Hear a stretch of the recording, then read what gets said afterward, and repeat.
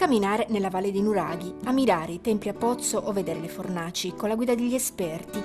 Accade ai piedi del Gennargentu, nel complesso megalitico di Sarques-Forros, secondo gli archeologi uno degli esempi meglio conservati di ciò che era la vita nell'età del bronzo. Qui i primitivi invocavano gli dei per salvarsi dalla mala sorte. In queste stanze trovavano conforto dalle intemperie e protezione per i loro cari. Da questa vallata dominavano il territorio.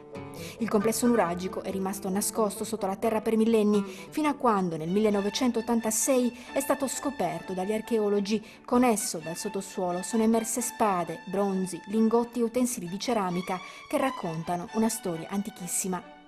Al pari di altri siti, Sarques-Forros riesce a mettere a disposizione dei visitatori anche la possibilità di assistere alle lezioni di archeologia e coinvolgere i bambini per le prove didattiche di scavo. Abbiamo fatto delle lezioni a scuola dove abbiamo illustrato come si svolge il lavoro dell'archeologo e poi in una seconda fase li abbiamo ospitati nel sito, appunto predisponendo dei cassoni di terra grazie al quale potevano provare, toccare con mano qual era il lavoro dell'archeologo.